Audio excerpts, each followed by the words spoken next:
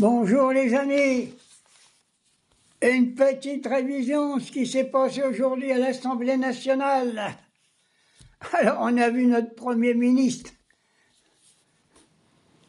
le fils d'Henri IV, il a répondu aux questions de nos députés.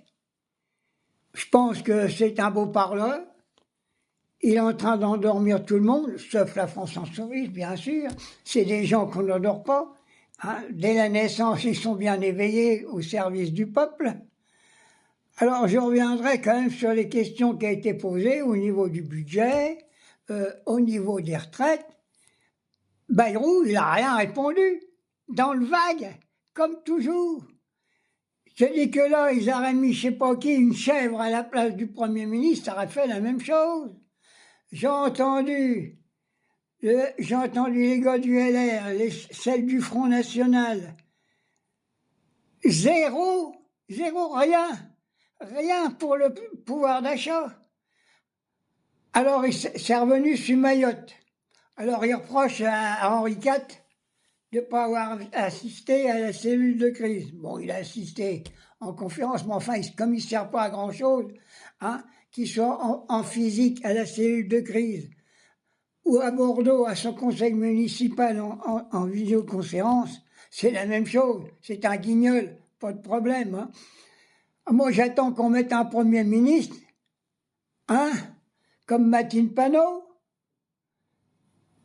comme tous nos députés. Le reste, c'est de la gnognotte. Ça sert à rien. Alors, je les ai tous entendus discuter de ceci, de cela, sur le budget, qu'est-ce qu'il va faire. Il faut réduire la dépense de l'État.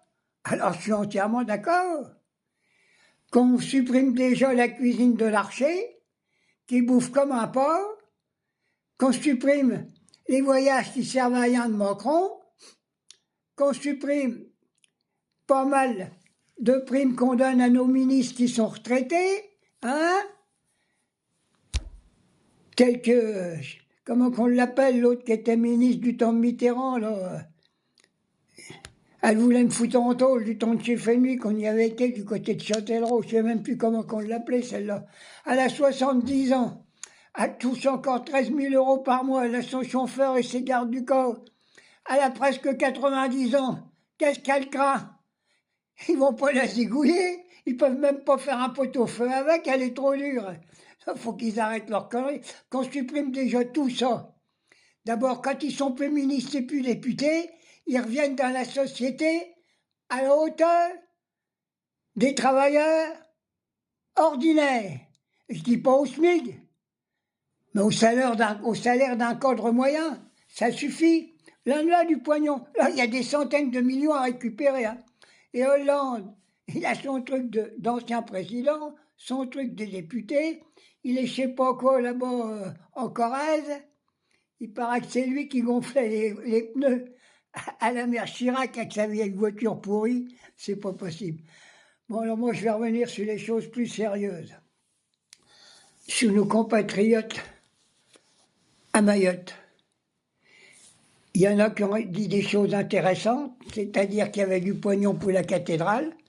On peut trouver du pognon pour Mayotte.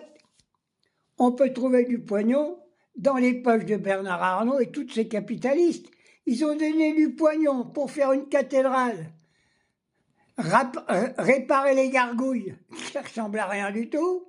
Heureusement qu'on n'emmène pas nos gamins à regarder les gargouilles, parce qu'ils feraient une crise cardiaque, ils sont tellement moches.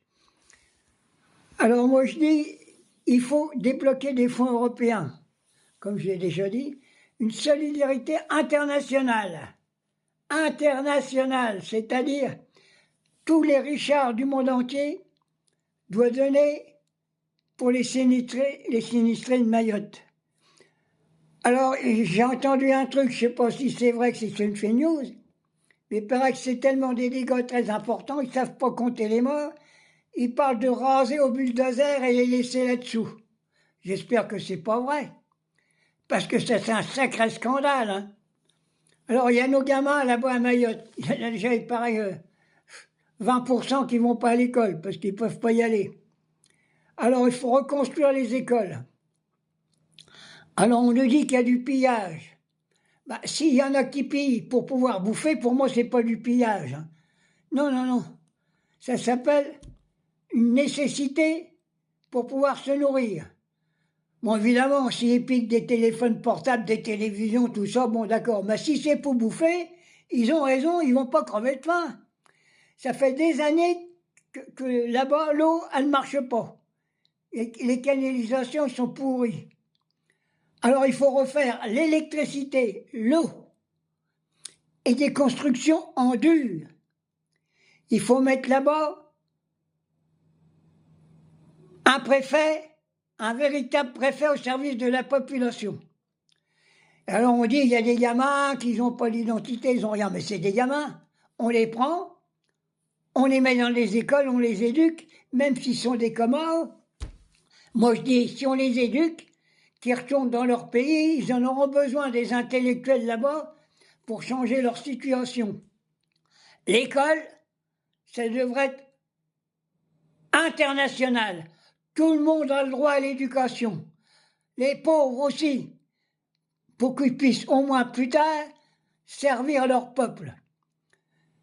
Bon, j'en aurais presque terminé ma petite vidéo, mais je vous ramenais sur une situation, ce qui est arrivé à mon ami et à mon camarade Jean-Luc Mélenchon. Il paraît qu'on a saccagé sa petite maison de campagne, on a bousillé, il y a des trucs du Front National dessus, des grébouillis. J'en ai pas vu à la télé. Qu'est-ce que c'est? Les journalistes, ils en ont pas parlé, ils en ont rien à foutre. Par contre, on aurait touché un chou à Marine Le Pen ou à ces connards au gouvernement, alors là, on en aurait fait tout un plat.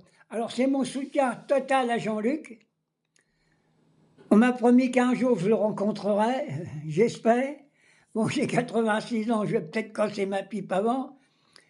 Mais c'est l'homme de la situation. On a l'homme le plus instruit de la République. C'est un véritable philosophe. On peut vivre avec de la philosophie, mais quand il canale dans le bon sens, comme Beethoven, ou des trucs comme ça. Ce soir, ça se trouve encore avoir comme Bendy, le violeur de gosses, là. Hein, on va avoir Ménard. Ah bah celui-là, c'est un vrai tétard. Il faut me virer tout ça.